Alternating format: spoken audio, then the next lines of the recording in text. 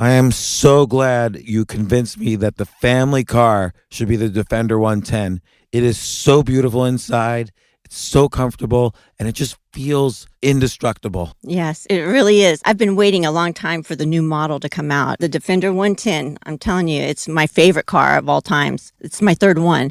You know, I have stories of going off-road. The guy managed the group. He was like, what are you doing in this beautiful car? I'm like, I'm going off-road. He's like, are you sure? Because you can use one of ours. And then they look like Mad Max cars. I'm like, no, we're going to do this. And he was shocked. Wow. Well, it's great because the Defender has been reimagined for 21st century adventure, and its unparalleled off-road ability, as well as its robust interior, are invaluable whether you're headed towards uncharted territory or just a weekend of exploration. The Defender 110 tackles challenging surroundings with absolute confidence. The SUV conveys strength outside and in, featuring peerless technology like an intuitive driver display and an award-winning infotainment system. That's my favorite part, to keep you connected no matter where the journey takes you. Adventure is unique to everyone, and so is the Defender. Choose from the two-door Defender 90, the four-door Defender 110, or the larger Defender 130 with the ability to seat up to 8 passengers. You'll find uncompromising performance in all three. So pack up and go even further with the Defender 110. Learn more at LandRoverUSA.com/Defender. Sometimes it takes a different approach to help you unlock your true potential. Capella University's game-changing FlexPath format helps you learn at your own pace and fit earning a degree into your life. From before you enroll to after you graduate, you'll be supported by people who are invested in your success so you can pursue your goals knowing that help is available if you need it. Imagine your future differently at capella.edu.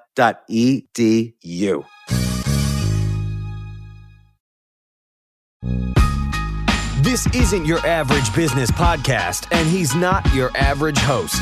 This is the James Altucher Show on the Choose Yourself Network. Today on the James Altucher Show. So at this point, now I'm starting to feel like this blackness coming, right? And I'm watching the blood, and something inside me, that's when I felt the fear. That you might not come back.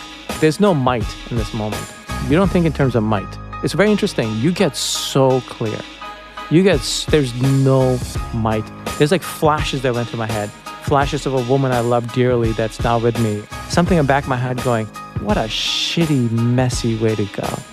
And then flashes of just fear and horror. And then I remember the anesthesiologist put the oxygen mask on and I ripped it off because I just had to get it out. And I looked at her and I said, look, I'm scared. I'm scared. And that's all I could say. And she held my hand. And it was so soft. And something we said, okay. Something in you almost at that point stops fighting. And like, this is it. This is the last thing I'll have seen. I felt like I fell backwards into like a dark ocean. And then they put the mask on me and then I disappeared.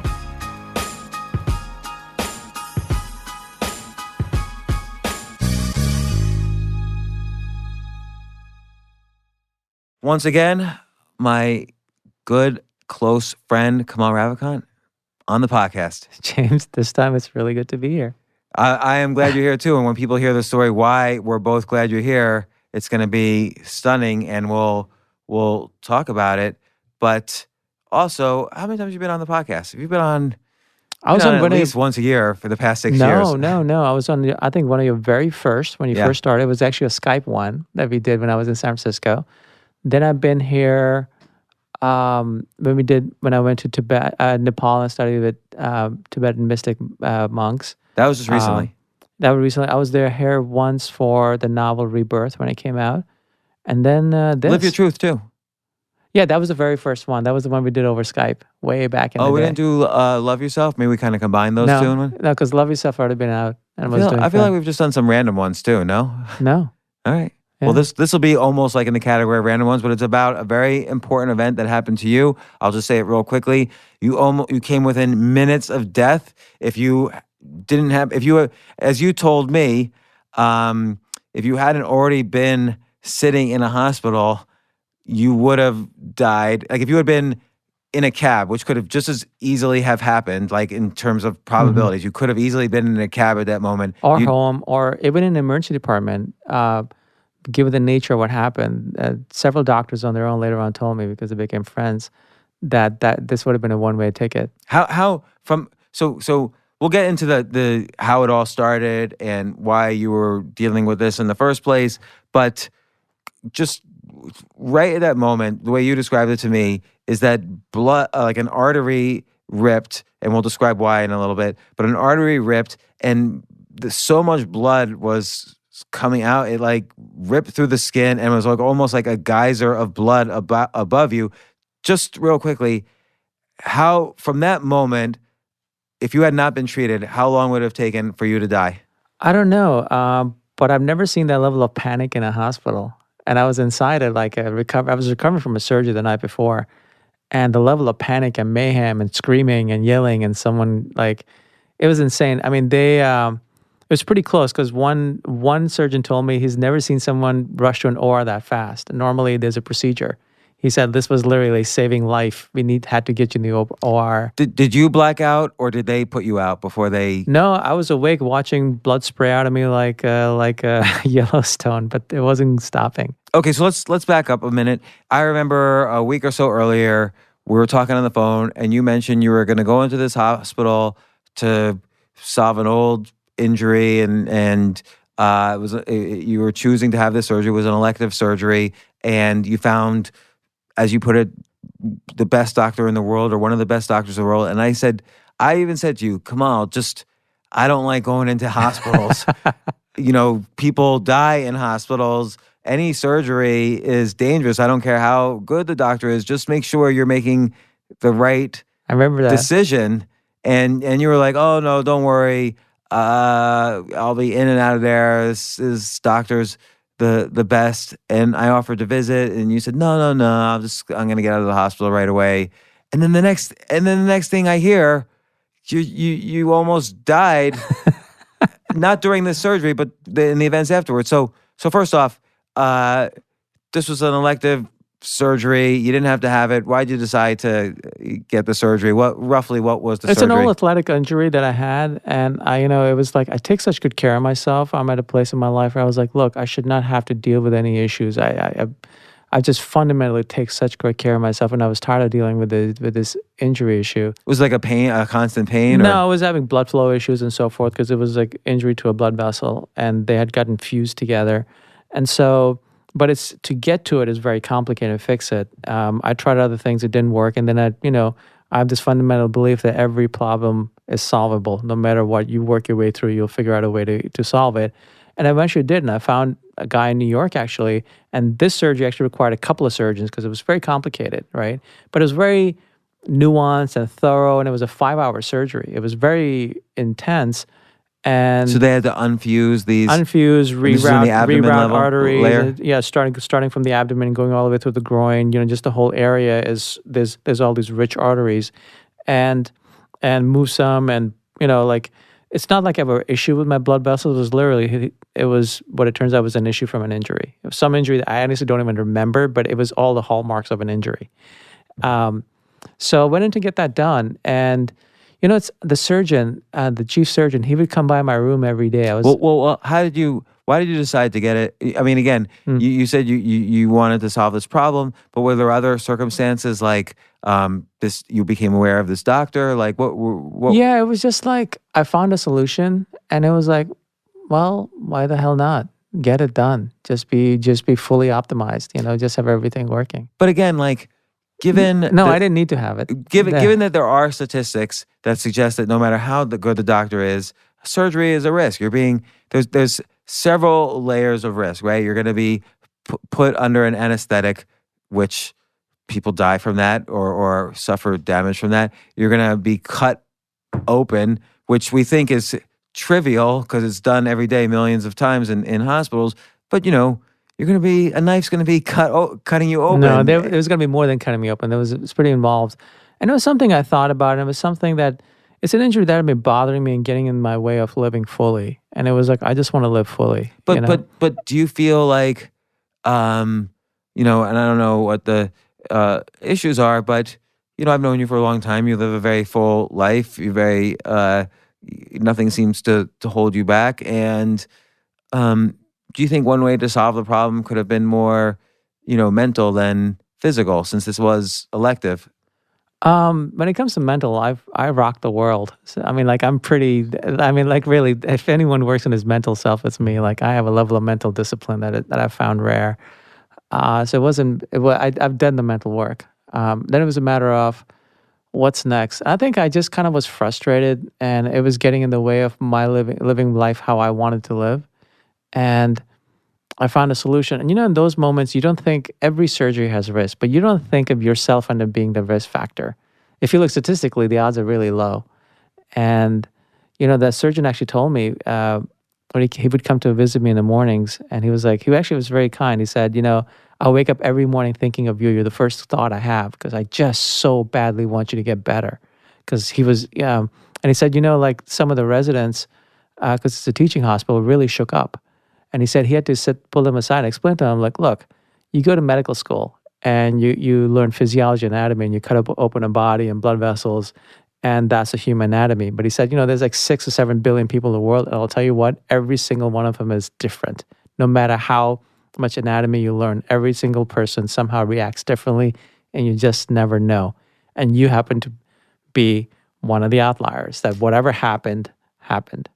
And, it was like he had to actually sit some of the residents down who were shaken and like explain to them that way. You mean after what happened, because they were there. I remember one actually like his hands on me, like trying to slow down the spray of blood. I was gushing blood on everyone. So you had this surgery. It was this 5 or 6 hour surgery. And it was a complete success. Complete success.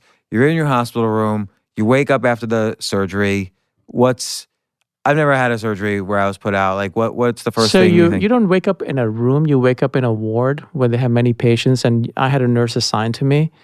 And this is the only negative thought I have about the whole experience, honestly, because the surgeon came. He said, "Wow, you're doing so well. We're going to discharge you in a couple of hours. Like you're doing gangbusters." And she said, "You need to get up and walk around." And I started to walk around, and something in me just felt like all of a sudden like something broke. And it started to hurt. And I remember saying to her, "Look, I need something for pain. I need something for pain." And she just poo-pooed it. Or can I ask, because I'm curious, because I've never been through anything like this, and I want to know for my own self if this happens. Obviously, the way you just said it, and even the expression on your face, it wasn't just that you were having some pain relating to post-surgery. It felt like something was wrong. Like that's a different type of feeling than just soreness or pain. It comes out of nowhere. It's like if you get hit by a bat, you feel it, you know it. There's no doubting. It was like literally like I got hit by a bat in my abdomen.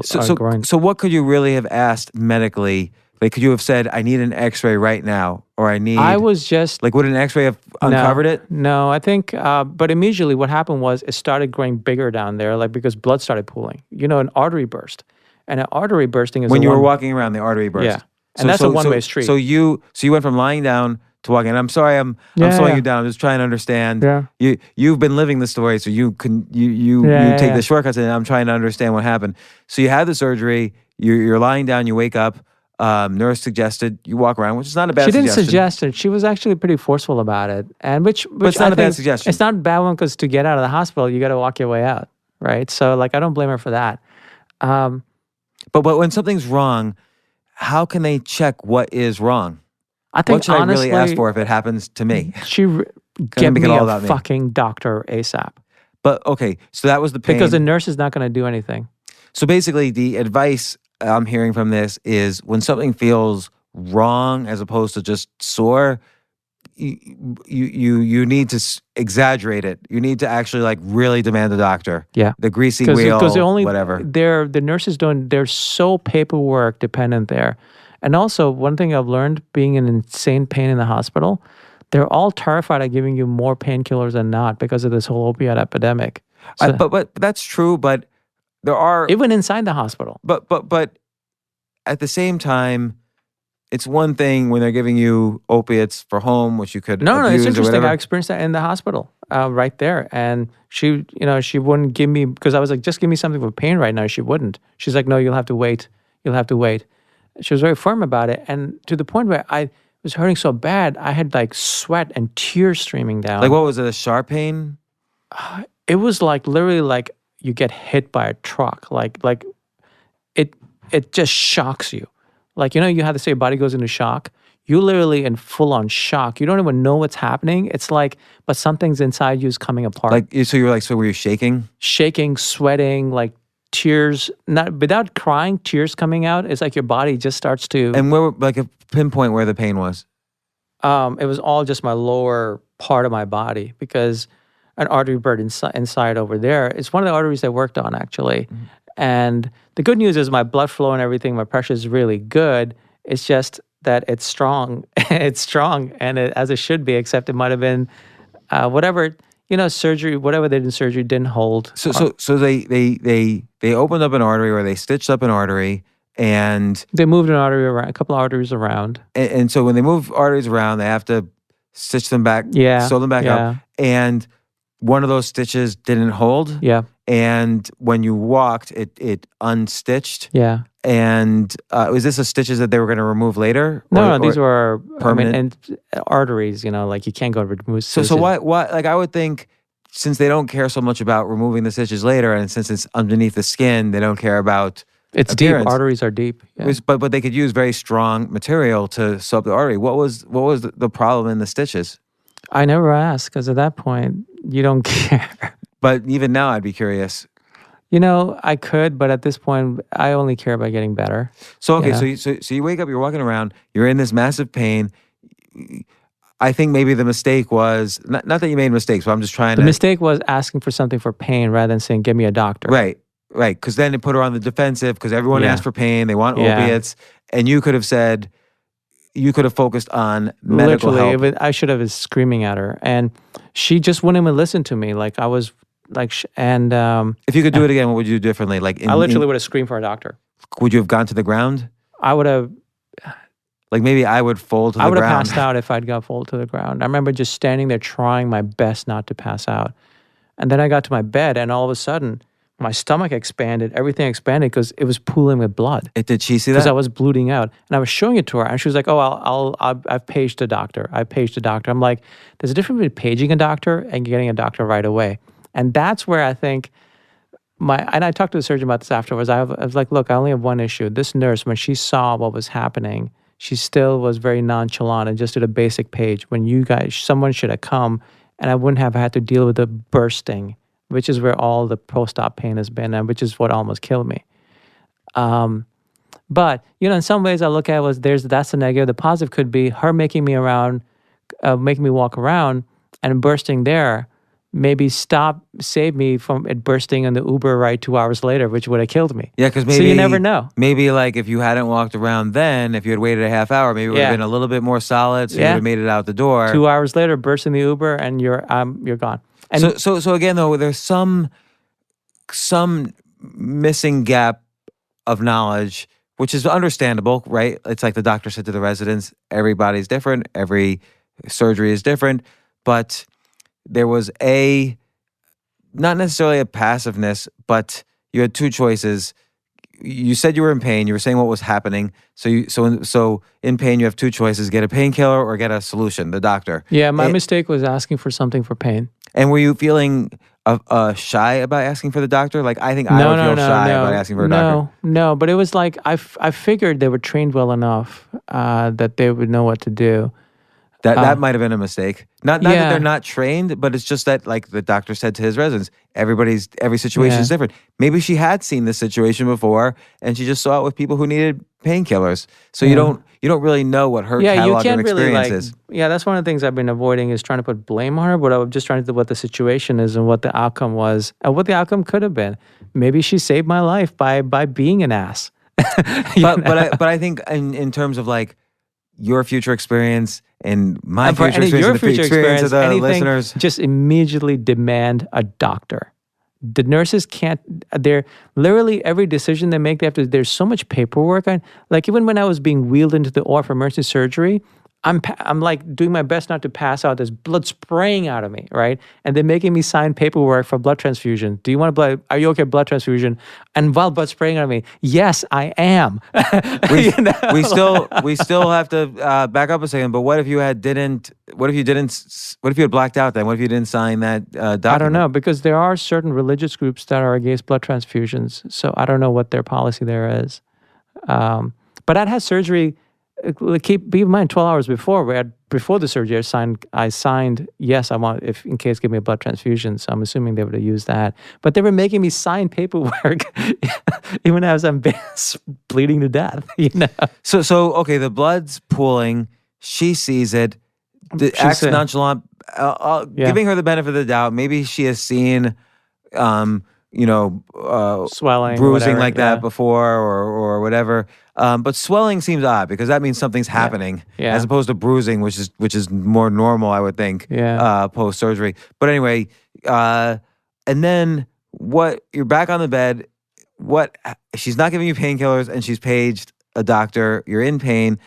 The pain didn't subside once you got back to the bed. What happened next? Then at this point, I'm writhing, and it's almost like you're in between a stage of awake and blackout, where you're there's a tunneling happening, and then the scariest things happen. I heard the psst sound, and it literally sounds like a hose bursting, and I look down and I'm spraying blood out. So the blood had pooled up so forcefully it broke through the skin. Yeah, it broke through, created almost like a tunnel somewhere in the flesh, and went through it. If you think about an artery, like very pressurized system of pipes inside, and an artery is as pressurized as it can get. When one breaks, you got a fire hose coming out. But I still don't understand, how did the stitching This wasn't even unravel? stitching. This was on its own in a place that was no stitching. That's how powerful it was. So why did it happen? It found a space where it just pooled and it was coming out so forciously. Why was it coming out forcefully? Why was there this pressure? I feel like that's because arteries are under pressure. I mean, the whole right, but like you say, system. the pressure goes into pipes that go in and out of the heart. Why did it suddenly go in a different direction? No, you don't understand. If the pipes that are coming out of the heart, artery blood's flowing out, it's flowing under a certain pressure. If you create a hole in it, it's going to spray out at that pressure until the spray slows down. That means blood pressure's falling, and you're dead. But why, since the surgery was a success, why was there the pressure to go outwards as opposed to just continue through the pipe system? Because I think where they did the stitching, it burst. Yeah, that's what I'm asking. So why, the stitching must have been very powerful stitching. Why did that stitching burst? You can ask God, or I don't think even the surgeon could say why. They did their best. I mean, if he had double stitched it, I'm just making that up. But if he had done a barrel stitch. That's like for neither here nor there, right? Like all I can look back and say is, they did the work. It was working. And then this was an outlier. There's no way to tell that, stitches do come apart sometimes. There's nothing you can do. Yeah. In fact, I had stitches burst again a couple of days later, but these were fortunately external stitches. So pulling, and then suddenly did the stitches in your skin open up from the pressure? No. The pressure from the artery was so strong. It's like, imagine you have inside a fire hose that all of a sudden you have a hose that's fine. And all of a sudden it bursts. Now it's just spraying and just spraying in a particular direction. And it's so forceful that it just tunnels through and it starts pooling. And that's stretching the skin out, stretching everything. And I'm losing a lot of blood really fast. Your blood is supposed to stay in your system. If it's pooling in your body, you're bleeding to death right there internally. And it might have been lucky actually that it burst up because that got her attention. Yeah, because if it kept pooling and spreading, what could happen? I would have died by the time they probably got her attention. I would have passed out. So you heard this hose hissing, and suddenly it's like a geyser of blood. How much blood? Well, I wasn't measuring it, but it was a freaking spray hose. It was a psst, this sound. It was it's funny, the writer in me still at the time was capturing details. You know how as we turn into stuff to be writers, we always capturing details. I remember thinking, that fucking sound. It sounds like a hose. But there was also this moment of pure horror because how often do you get to see blood? It's only seen in the movies. It was like that scene from Aliens, when he has the alien come out of his stomach. But here I was like watching blood come out of my own lower abdomen, groin area, and it was like this horror, just absolute internal horror because you like something in you starts to feel like you like things are just slowly going like that because you literally the pressure is dropping so fast. They had to get my blood pressure, and at that point a cuff won't work, so they put a line into a different artery because they need real time because it's falling. They need to know like, geez, how close is this guy, and you feel it, and then that immediately What do you feel? I mean, insane pain. Like I don't even know how to describe pain like that. It's like pain, almost like a blackout kind of pain. Were you screaming? At that point, I think I probably was, but more like, fucking do something. What were you? Describe like between the pain and fear. Were you starting to feel fear as well as pain? It wasn't fear. It was more horror. That's the only way I can describe it, is a pure sense of horror, just watching yourself bleed out. Did you? And so fast. Did you think at that moment or any moment, did you think, uh-oh, I might die here? No, not at that moment. But when we go to the OR, as I'll slow down, and as we go to the OR, I'll tell you that moment. And that moment is just pure horror. It's like, do something. And so she wakes up from her. Immediately, there's 6 doctors there in a second. Look, when you need to die, so it's not like, oh, I'm paging a doctor, I'll get there. There were literally 6, because I remember they all wear, at the surgery doc, they wear different color scrubs, and there were like 6 of them, and one of them, all of a sudden, gloves on, and literally like compressing, he's got his hands on where it's spraying to try to just like push keep it from like spraying everywhere. So like trying to keep like, maybe not all the blood just sprays out. And so sorry, and I'm spraying blood all over everyone. But sorry, I'm so naive on this. If he tried to push it back into your body, could that be bad? It's not even push back. I don't know what they were just trying. Like that doesn't stop your internal bleeding. Right. But That's the at thing. this point, they don't even know what's going on. All right. They're not. And then like just complete like mayhem, horror, screaming, yelling, people running around, me signing forms, and they're like, "We're gonna take you back into the OR." The anesthesiologist coming and saying, "I'm taking you back in the OR." Just asking quick those questions, and you're in this space between lucid and just horror, like trying to answer questions about like, "Hey, do you have any, allergies to this or that?" You answer those questions, so you have to use your brain into like something in you is slowly shutting down, like winding down. But maybe also them asking you questions allows you to stay alert. Possibly. So that could be part of it, is like keep him occupied so he's not thinking about or not focused on screaming or whatever. I don't know. But let me ask you a question. This is keep in mind, the pain was just horrific. But like before the surgery, I was saying to you, do you have an advocate that's going to be there with you? Can I go and be there? I think you mentioned your brother also offered, and you told him no.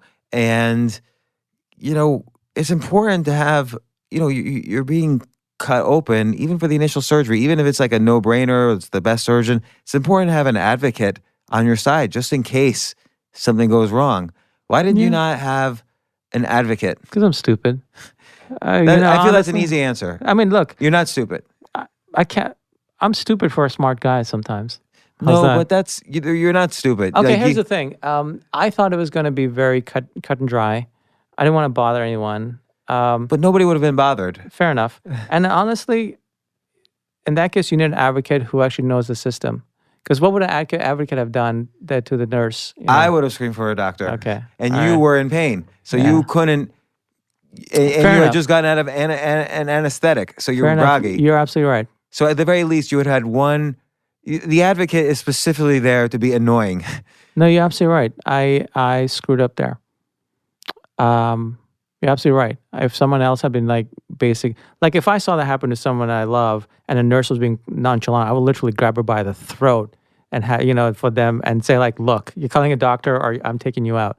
I remember one time, this was with my ex, her father-in-law, was in the hospital, and he was in a medically induced coma, and from cancer treatments, and they needed a bed in the critical care section. So they were literally trying to convince my ex-mother-in-law, let's pull all the tubes. He's brain dead.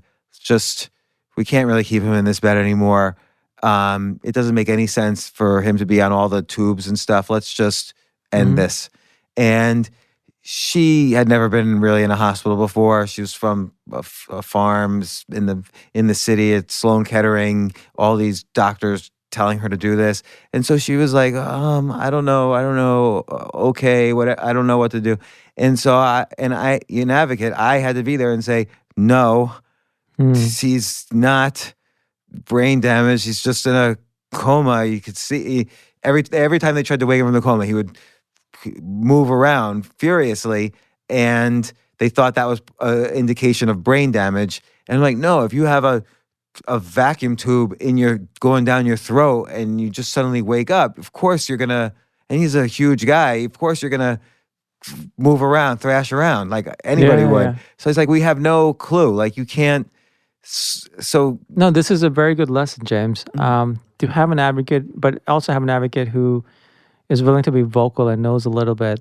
It can't be manipulated by a system that's. Yeah. And I'm not blaming the system, but there is a system. It's a very. One thing I learned being in a hospital is just the level of bureaucracy. It's like it would make the English look like if you ever look at colonial English bureaucracy, which is horrifying. It makes it look like a piece of cake. Hospital bureaucracy is the worst. Yeah, and also they have protocols that you think are normal, but they're not. So, for instance, she had a protocol with you. You complained about pain. Her reaction was, I'll page the doctor. I can't give you a painkiller. That was a protocol. Yeah. She's got a script. So I realized this a year or so ago when my daughter was in the hospital. She was being shafted into a lane that she didn't belong in. And it was hard. I had to really take notes, see when doctors were contradicting each other, and take her off this protocol she was on. Now, that wasn't as life endangering as your situation. Yours, you had to react right away to the protocol you were on. But anyway, okay. Now the doctors are in action. It's literally like the movies. Like, they get that right in the movies. Like, literally mayhem. I mean, sometimes you see mayhem and you think, no, they're better. Mayhem.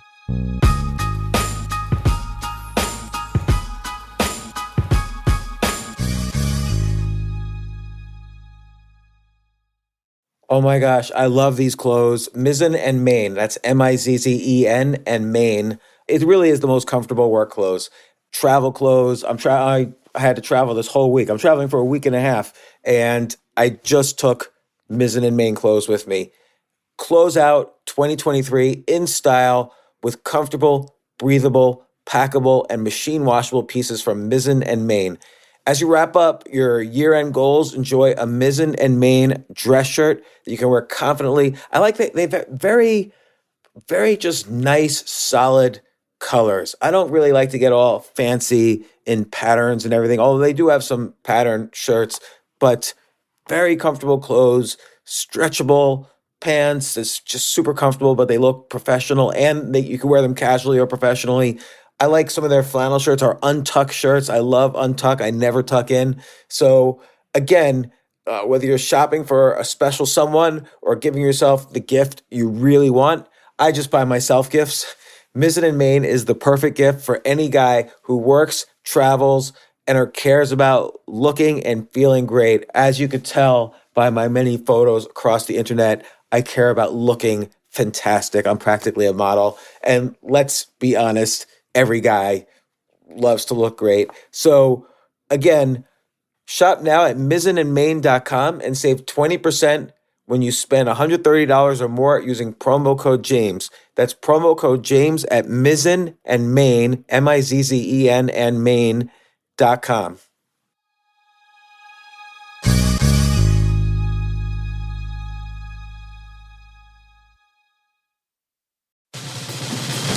These days, we're all investors, trying to be smart with our money despite our worst impulses. But at iShares, We believe that deep down inside of every investor is a better investor.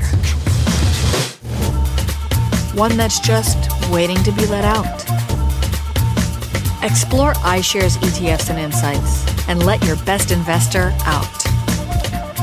Visit iShares.com for more information. You know what I love about fantasy sports is that even though I'm not going to be a great basketball player or a baseball player or a football player or whatever, I feel like I get to participate and make decisions and use my knowledge of these different leagues or these different sports to compete. So it's like I can pick my team or I can pick my favorite players and I could use my knowledge to make predictions and maybe even make money. So with the basketball season here, you can now pick combo projections across football and basketball from the Specials League on Prize Picks. This is a league created specifically for combo projections that include two or more players from different sports or leagues. Want to play alongside some of Prize Picks' favorite players like rapper Meek Mill and comedian Andrew Schultz, who's also been a guest on this podcast, and I've been a guest on his? You can now find community plays under the promos tab of the app to view entries for some of the biggest names in the Prize Picks community each week. Look, Prize Picks even offers a reboot policy so that your entries stay in play even if one of your players gets injured. For football and basketball games, if you have a player who exits the game in the first half and does not return in the second, that player is rebooted. Prize Picks is the only daily fantasy sports platform with an injury insurance policy. What? So I love playing it. I love anywhere where I can use analytical ability with my interests to demonstrate some skill and maybe make some money. And I like the game-like aspect. I do wish they had chess as a category on prizepicks.com, but I'll settle for what they've got. Maybe I should make my own fantasy chess league. But in any case, I love Prize Picks. Go to prizepicks.com/James. Use code James for a first deposit match up to $100. That's the easiest $100 you're ever going to make. So that's prizepicks.com/James and use code James. Daily fantasy sports made easy.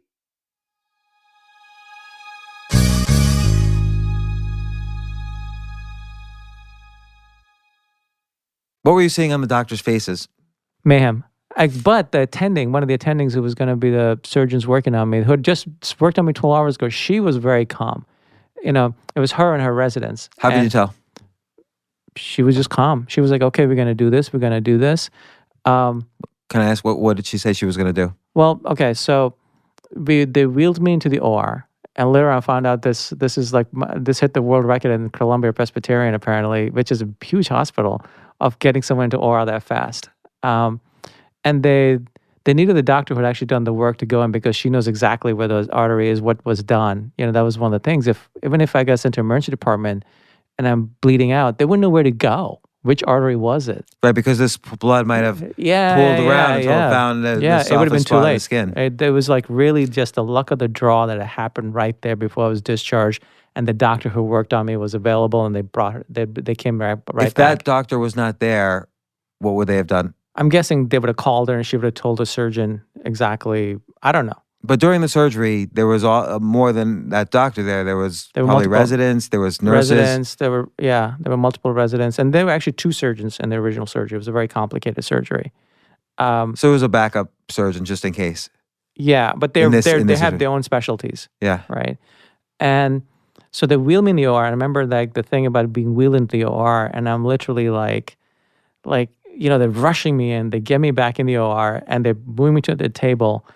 And she comes, and I really like her a lot. And I saw her a few days ago, and I thanked her for this. She just looked at me, and she was very calm, hands on the railing where they're putting me in the OR table. And I'm like, and she's like, look, so here's what we're going to do. And I was like, look, don't just fix this.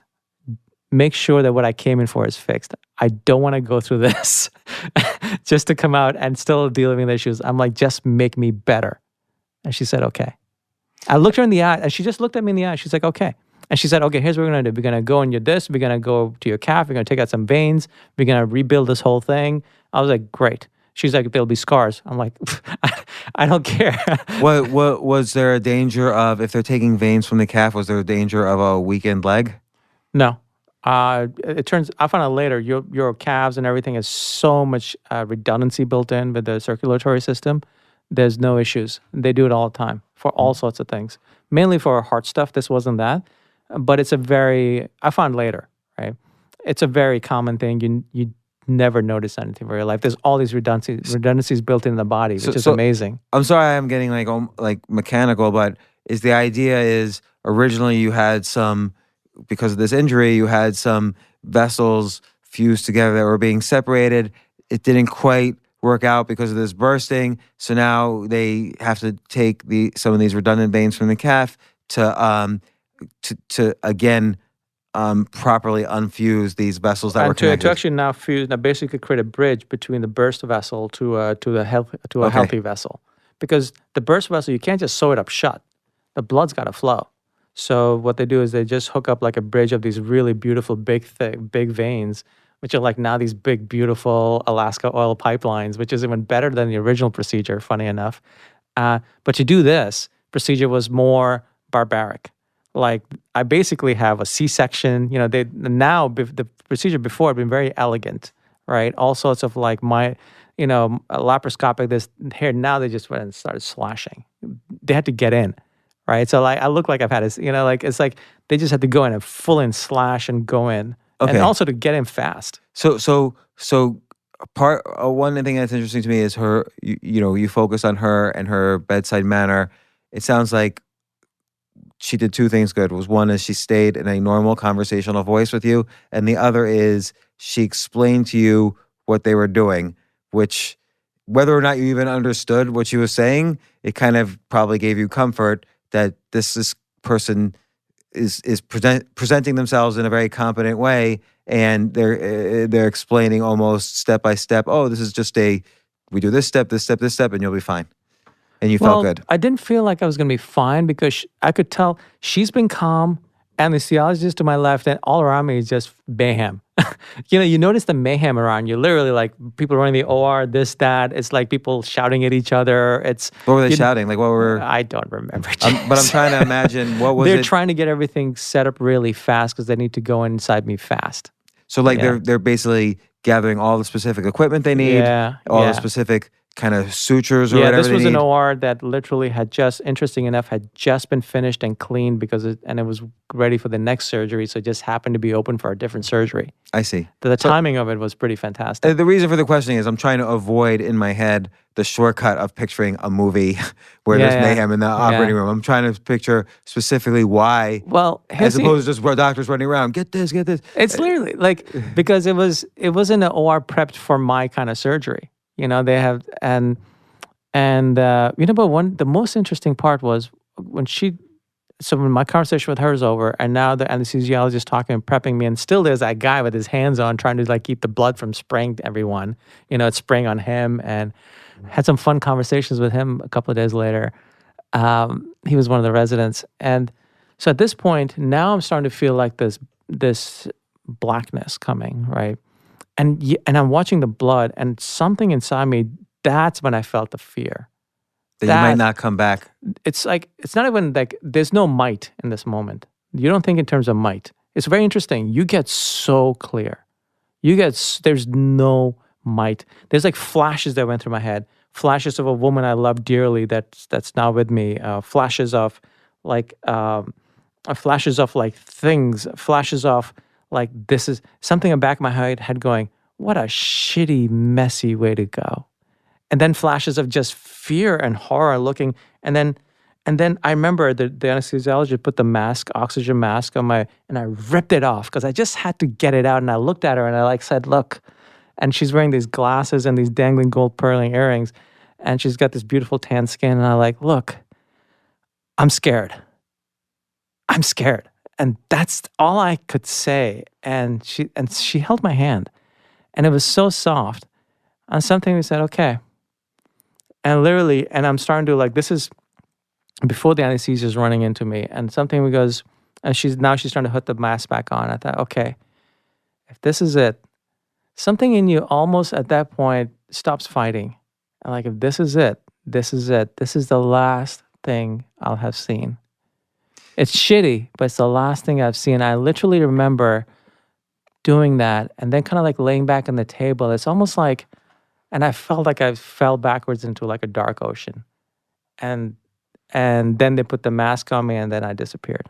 So this is before the anesthesiology. You were feeling like you're falling back into this ocean. Yeah. Because you were also partially blacking out from the loss Partial of back blood and from loss of blood, yeah. and shock. And shock. I mean, I was in full-on shock. No, and I feel like so I hear what you're saying. Like you have a couple of choices when you're in that moment that's so critical to life or death. You have the choice of like saying, okay, I'm going to surrender to this and whatever it is you were thinking, to kind of get through it.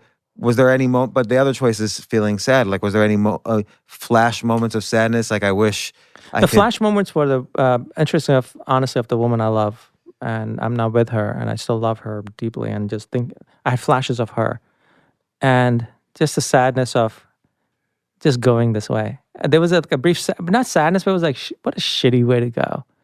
But we're all, like a friend of mine said yesterday, we're all living on a knife's edge.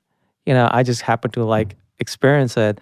And but at first it's a primal, it's interesting. Your neurocortex, the thinking part, there is no thinking. You're literally so clear. It's not like doing any psychedelic or whatever where you still feel like you have a choice. You're so clear. And it's not, and there's a primal part of your brainstem part of you, like an animal part that's fighting desperately, like there's blood's coming out of you that stop it, just stop it. And then eventually you have to realize, and then the deeper party comes in and realizes, I can't.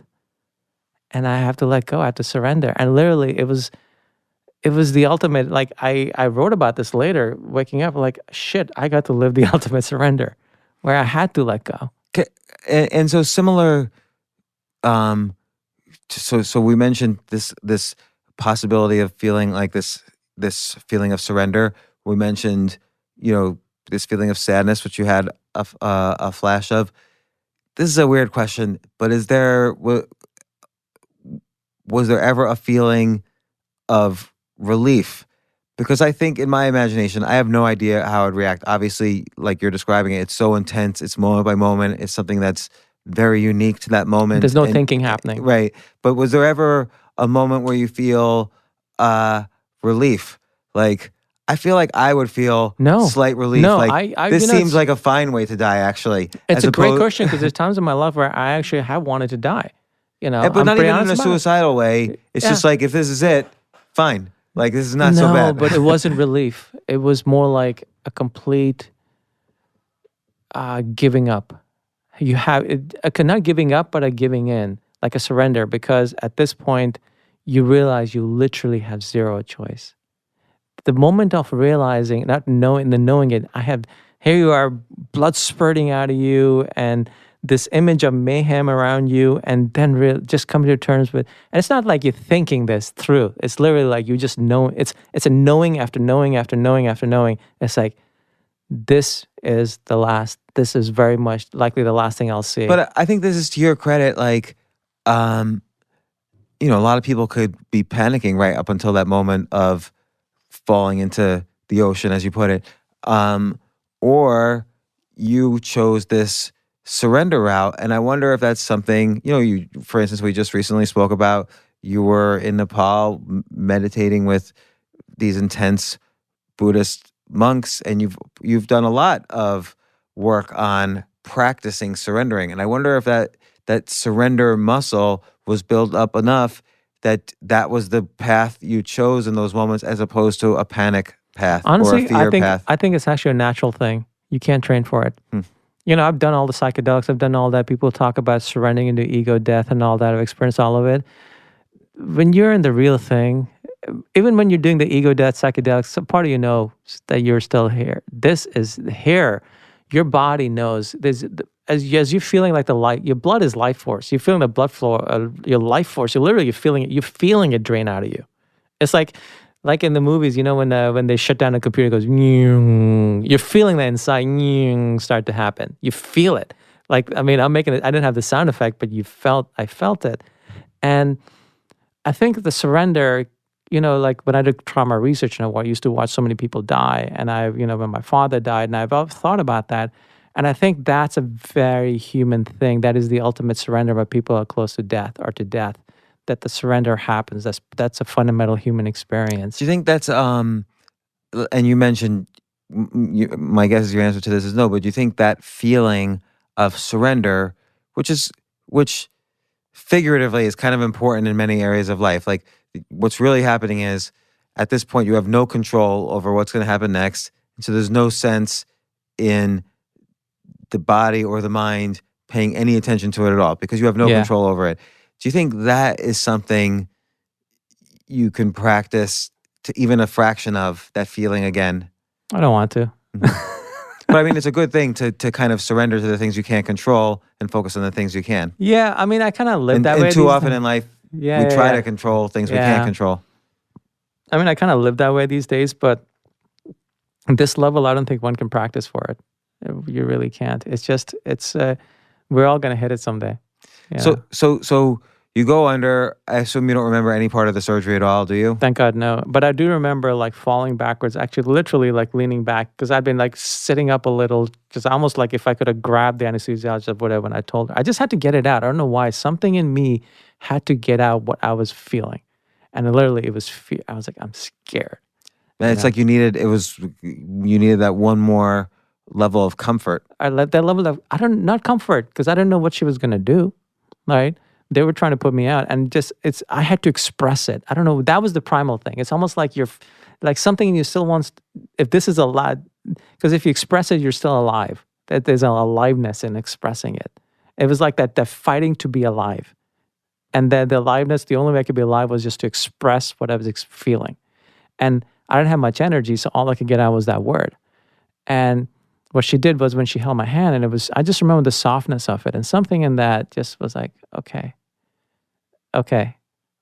Like then all of a sudden everything gets quieter and you're watching this mayhem around you, like, that's just could be the very last thing I experienced, the very last image of this life, and then leaning back. And you felt a sense of... No peace, none of that. It was more like that you quiet down and you fall backwards. It's almost like literally like you're falling backwards into an abyss like that, like an ocean in a dark ocean, and you're just falling. And this is before the anesthesia, so it's not anesthesia. And then they put the mask on me, and then after that, next thing I know, I'm waking up again for the second time now in 24 hours in a recovery room. But this time I have a couple of nurses there, doctors right there, And so okay, you wake up and do they? I mean, you're obviously probably in some confusion because you don't even know really what happened the first time. No, I remember. I woke up remembering. But you remember what happened, but you don't know why it happened because it was happening so fast. Oh, you don't know why there was a geyser. I didn't care why. In those moments, you don't care why. You don't care what could have been. You just care about what is. And I talked to the doctor attending. I was like, look, you guys are amazing. You saved my life. I'm never going to complain or anything. I'm just going to tell you about one thing about that nurse who didn't pay attention to me. And you should know that. Right. And this is not about complaining, by the way. Right. I'm not saying, I'm trying to figure out a way to sue the hospital. This is more about just understanding. Like, it's not, information is power. So it's useful to... No, I agree. There's no better advocate. The nurse is not going to be your advocate. You're right. I should have had an advocate. Maybe. But even for yourself. So you wake up and what's the first thing you want to hear? First thing I want to hear is to fix that. And what did they say? I asked him. He's like, yeah, we went around, we did the other procedure, and like everything's working great. Because my thing was, I'd hate to wake up and have gone through all of this and still have the same issue I came in with. That would be I would be pissed. So my thing was like literally when I talked to the other surgeon, I was like, look, I don't care what you do, but fix this. But did you at this point? You're probably a little bit skeptical. No, that because like why trust them now when? No, I do. I really like the surgeons. Uh-huh. They were good. Like these things happen, but the surgeons, they cared. So did you say though? Did you triple check, quadruple check? No, but I'm sure they did after that experience. And did you say, when will I know that this won't happen again? The bursting of an artery? No, I didn't ask that. But they were pretty confident. I wasn't thinking that way. I was thinking like, first, did it work? Second, I was in an incredible amount of pain. Like At that moment, waking up. yeah, so I was on also severe narcotics. I mean, they were like I got to experience hospital narcotics on an interesting level. What, like, was it morphine or fentanyl or? Dilaudid, Oxycontin, like every hour and a half, all these mixtures. Like, they could have given me the pain pump. The only problem with the pain pump was it only lasts a couple of minutes or like a short acting. And so if you fall asleep, you wake up because of the pain, right? So they hold back on painkillers even for people in extreme pain in hospitals. And so the way the surgeon explained to me is like you have these choices. He actually said you have choices of the kind of painkillers we can give you.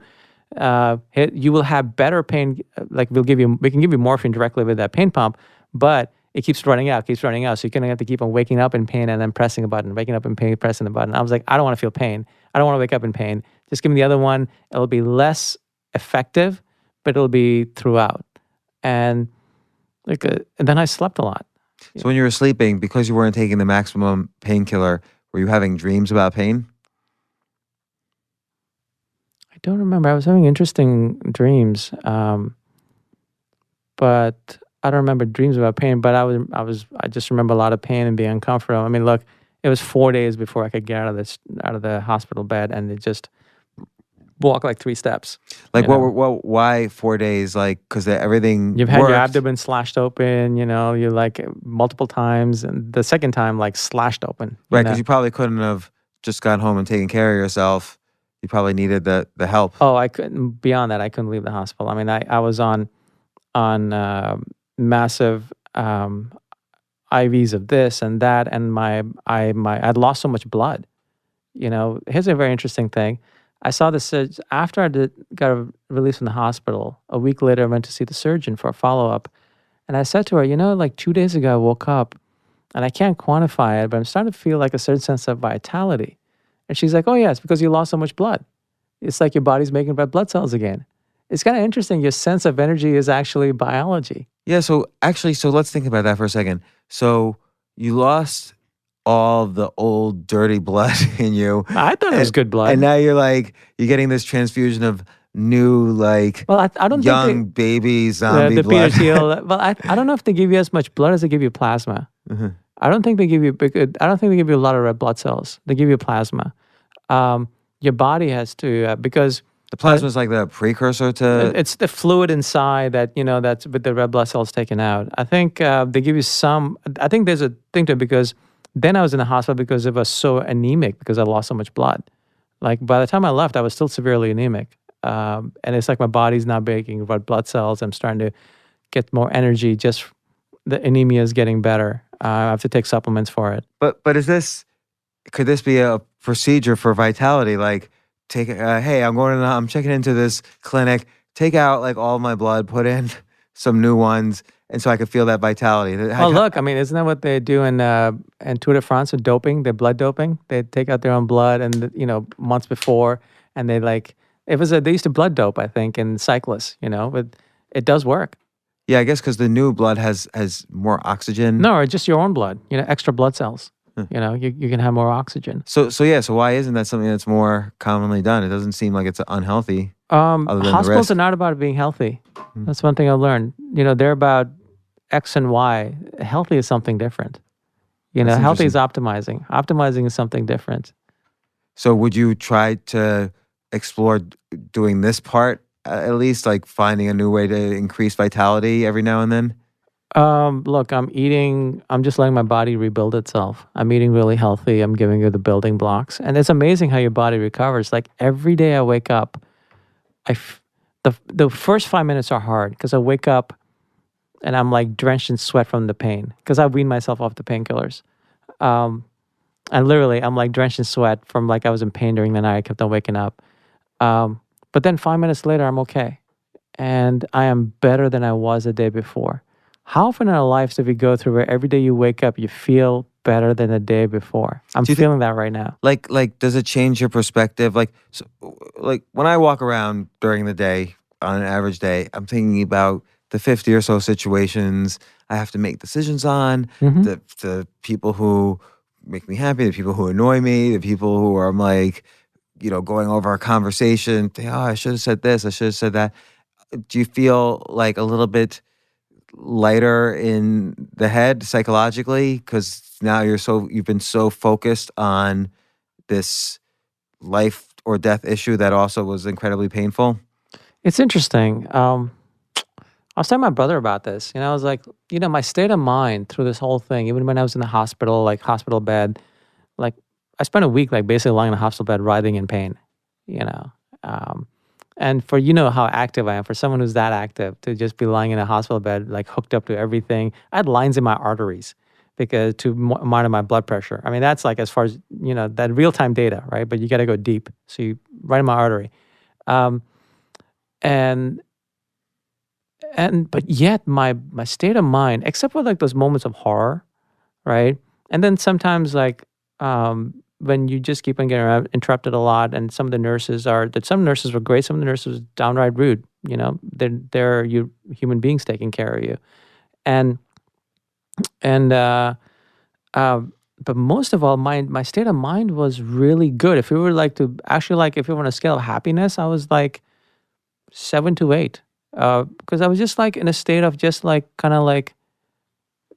But I've been that way since I came back from Nepal, like with the work I did, and also the work I do with my Love Myself practice, which I've been doing very intensely. It was a sense of just gratitude.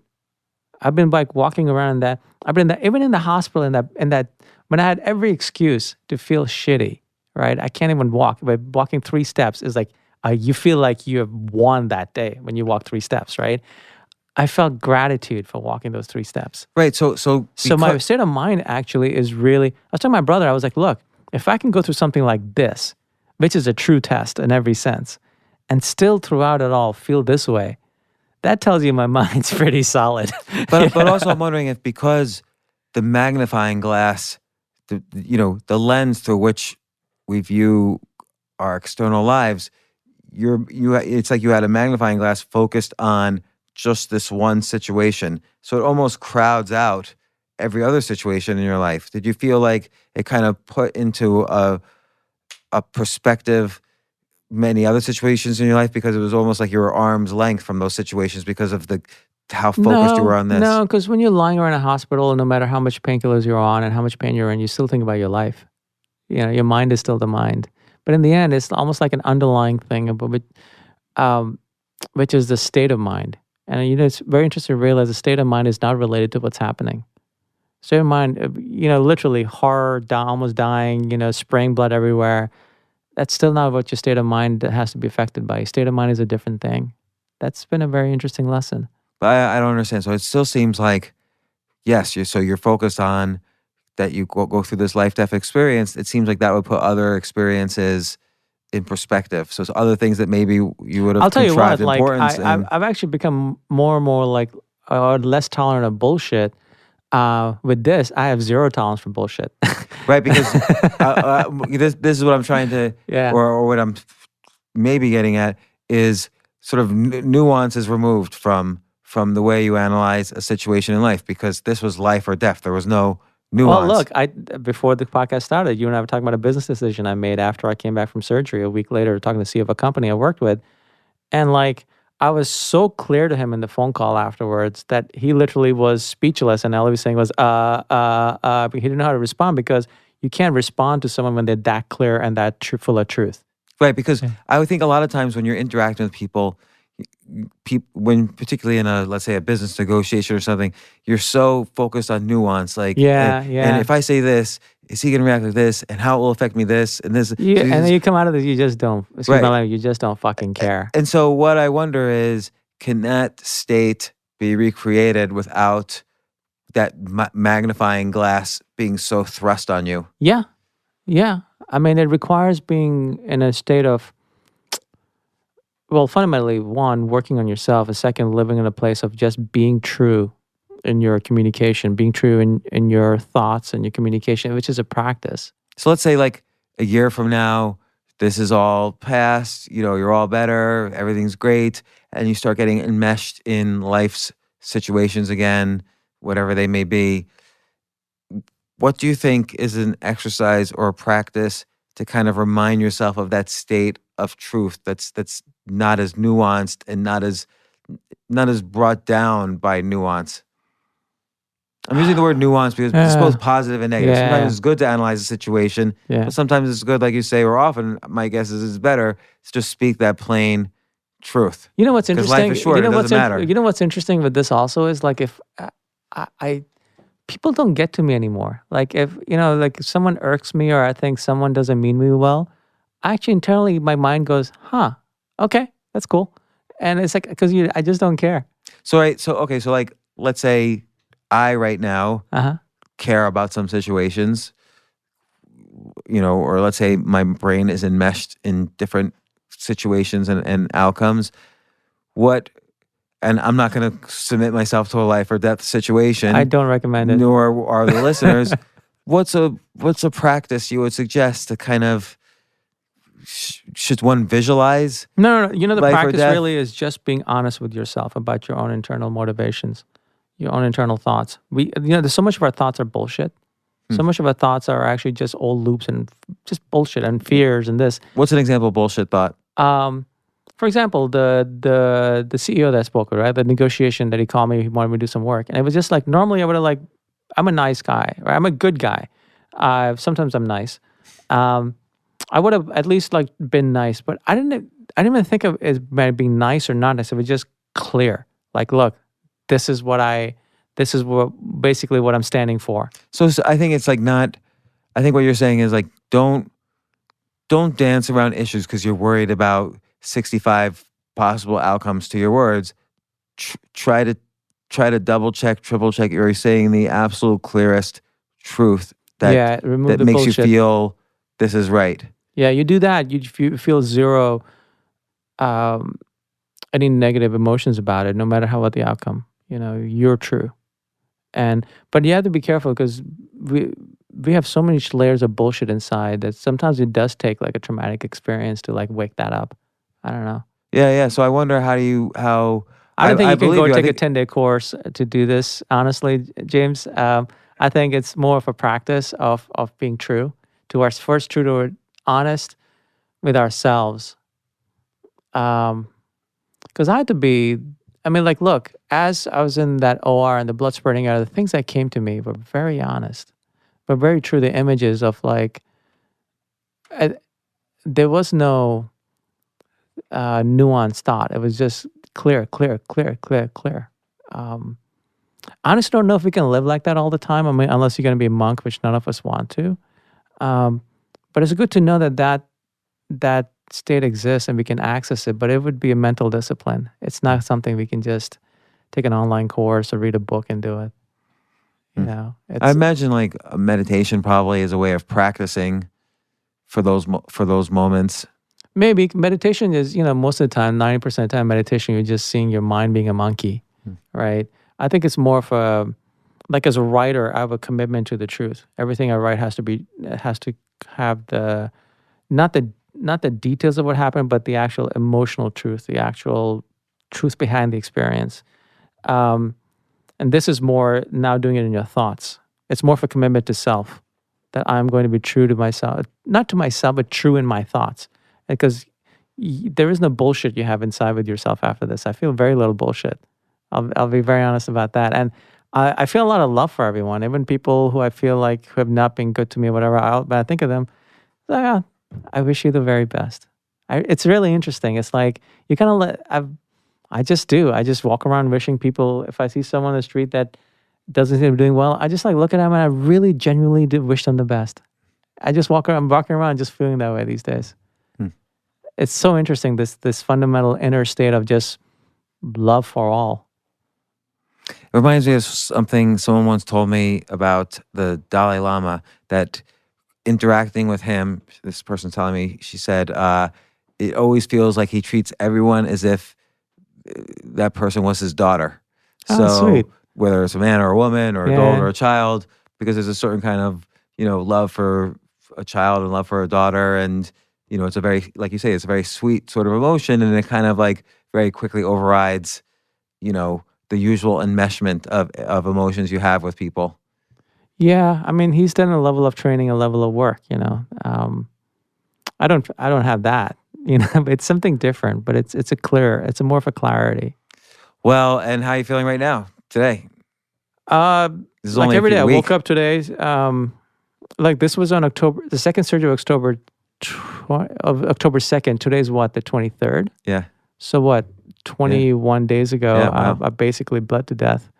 I'm doing pretty good considering. Every day, like the doctor said, I saw one of the surgeons, and he said, okay, because he knows just how important fitness is to me. He's like, okay, you're allowed to walk into a gym. You're allowed to sit on a bench. You're allowed to, at the most, pick up a 5-pound weight. And which is actually advice to give to anyone if you're a 10-year-old to a 70-year-old having surgery. I'm not special there.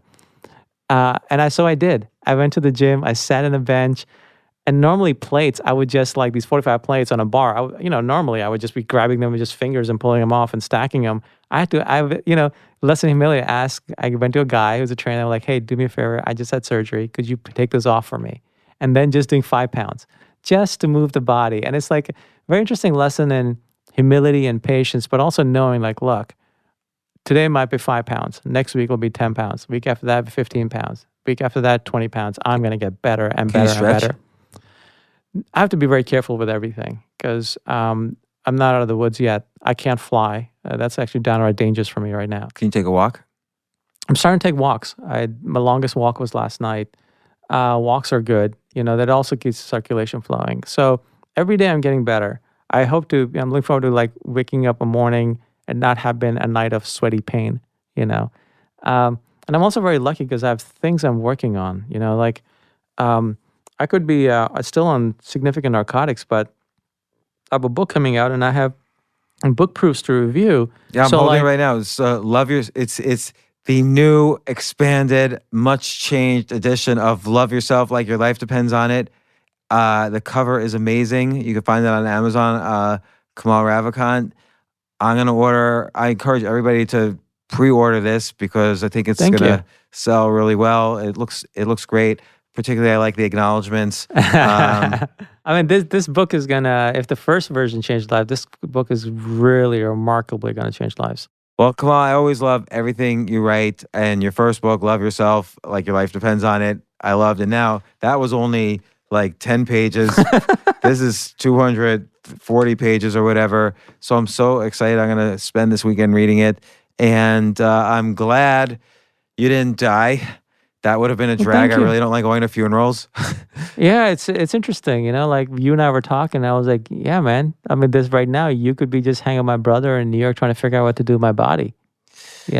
Yeah, or I could just put a tear emoji on your Facebook page. It's like, all right, Cam, I'm too distraught to go to the funeral. But no, I'm glad you're here and it worked out and you're on the podcast. I'm glad to be here. Talking about it. I have things to do. I have some great work to put out to the world. And you'll come back when's this book coming out officially? January 7th. So you'll come back in a month and we'll talk about the book. Yeah. Thank you for having me and sharing this experience. It's such a knife edge experience that there's like nuggets in it that I hope that whoever's listening, found that they can apply. Your nugget of having an advocate is a brilliant one. I wouldn't have thought of that. I think there's that, and I think this notion of surrender to what you can't control. There's something there. There's something that it's like a surgery all the way through to the heart in terms of getting rid of all the stuff that doesn't matter. And I think there's something there worth thinking about. Yeah, because even the flashes of memory, the flashes I was having while I was in the OR, giving into the surrender, there's someone I wish who had been in my life, but who isn't. But there was nothing I could do. So I had to just surrender. There was nothing I could do. I was literally dying. And that's so important for people to move forward because hanging on to something you can't control is the only thing that will ever hold you back. Yeah, or hold back from dying. Maybe, yeah. There was nothing you could do. You were forced to surrender. There's nothing I could do. I had to surrender to everything. And most of the time we don't realize we're forced to surrender, but in fact, probably we always are forced, but we don't realize it. Then you were not. forced. Sometimes you have choice. It's never choice, but the choice is not white. useful. If you try to control what you can't control, it's not really a useful choice. Fair enough. But Anyway, Kamal, thanks so much for coming on for more reasons than one, and we'll see you back on here in a month. Yeah, I hope this was helpful to whoever listens. It was helpful to me. Thanks, James.